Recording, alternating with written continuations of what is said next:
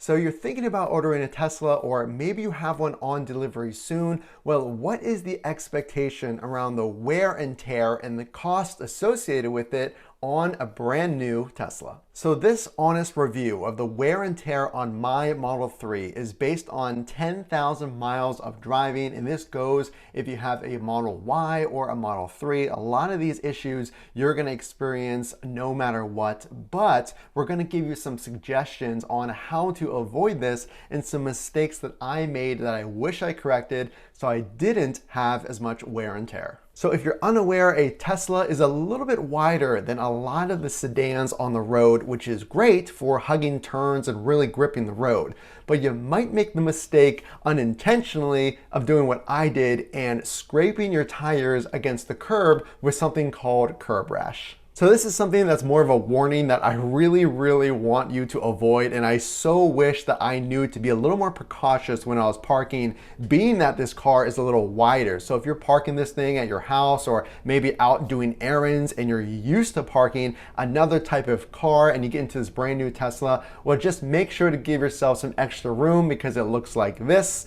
And it is able to be fixed, but of course you don't want to scrape your brand new rims. So let's move on to the next one. This is a product that I purchased and very recently broke. So issues with your Tesla and the wear and tear really comes down to protection, because a lot of the fixes, if you will, with a Tesla can happen with over-the-air updates. However, if you buy something like mud flaps, which I highly recommend, and the best accessories, including mud flaps for a lot of this protection we're talking about, is in the description below. But the problem is I ordered Tesla's mud flaps, and here's what happened. So this is really important because no matter if it's floor mats or mud flaps, from driving over 10,000 miles with these mud flaps installed, I've noticed that they scrape on the ground when I'm making tight turns especially. And why is this important? Well, if you're spending probably at least $100 to hundreds of dollars for these accessories, you want them to last, right? And it's only been 10,000 miles and the Tesla mud flaps have already broken and they scrape even more. I'm gonna have to replace them. So think about if you have to replace these every 6 months, that's hundreds and hundreds of dollars you're basically throwing down the drain. So the solution is I linked new mud flaps that I'm going to get from Amazon that look like they fit a little better. But let's move on to something you really want to pay attention to, something you can prevent in your brand new Tesla. So this one is really frustrating, and even though Tesla has acknowledged and really tried to improve on the paint quality, this is something I do not want you to make the mistake of. And if you can, we're going to talk about some possible solutions. So you want to lean in for this. From driving over 10,000 miles, obviously your Tesla doesn't have that front air intake on your bumper because there's no motor. And that being the case, all of that gravel and insects and salt maybe in the winter, or sand or whatever it happens to be, is really pummeling the front of your Tesla.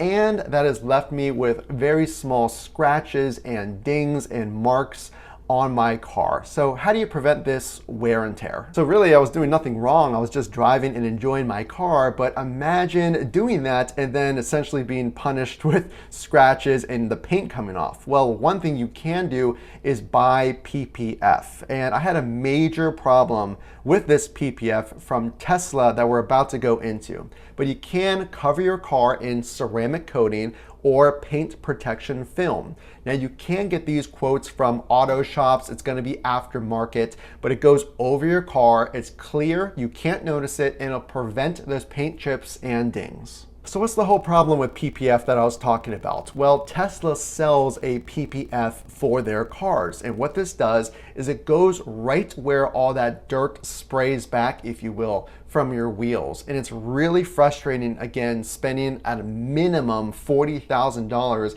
and having your paint chip prior to even owning the car for a year. So again, nothing I did wrong. I installed this on a clean car and I followed the instructions to a T.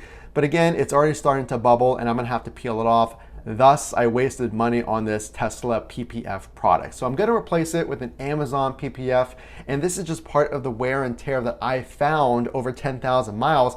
It really has to do with these accessories and money wasted on the accessories. And again, it has nothing to do with how they were installed. Something to keep in mind, and we're gonna go over the next wear and tear item after driving 10,000 miles. So we've talked a lot about accessories, but after 10,000 miles, how much wear and tear has the actual car taken, especially the battery? What's the life of the battery, the current state of the battery, and how much wear and tear, if you will, or range loss should you expect? Now, of course, you're going to lose some life of that battery, if you will, when it's very cold out. Now, that's one of the downsides of the Tesla battery, but you can get around that by preconditioning your car using your phone. So that'll condition the battery and warm it up prior to you driving it, and that'll extend the life of the battery. But here's the thing. How much range did I lose since buying the car? Well, the car is advertised at around 263, give or take, miles on the Model 3 rear wheel drive, the base model, Model 3.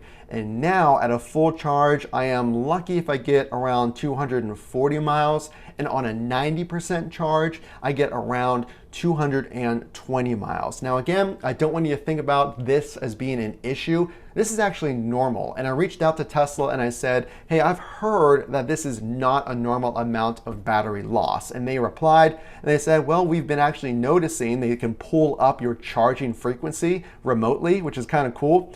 And they said, it looks like your battery is in perfect health. That is a normal amount of range loss. But something to think about when it comes to wear and tear. How do you condition or care for your battery? Well, Tesla recommends you keep it plugged in as often as you can. And like I said, you want to precondition in maybe those harsher climates to extend the efficiency and the life of the battery. So over 10,000 miles, the wear and tear on the car, how much maintenance have I really put into this vehicle? Well, the only maintenance I have done is removing a screw that was in my tire for $45. So all in all, if I've lost some money on accessories, I would like to pass that on to you so you can maybe purchase some higher quality or different accessories. You can protect your car with PPF or ceramic coating. Now again, that was a little out of my budget, so not much I can really do there. And the curb rash is of course avoidable, so I wanted to give you that warning. So I'm gonna see if anything changes from the wear and tear over the next 10,000 miles. I'm gonna replace those accessories and do a full review after the next 10,000 miles. So if you do like this content, maybe you'll learn some things to avoid or prepare for, make sure to drop a like. Again, this is Matt from Funk the Trunk. Can't wait to see you in the next video.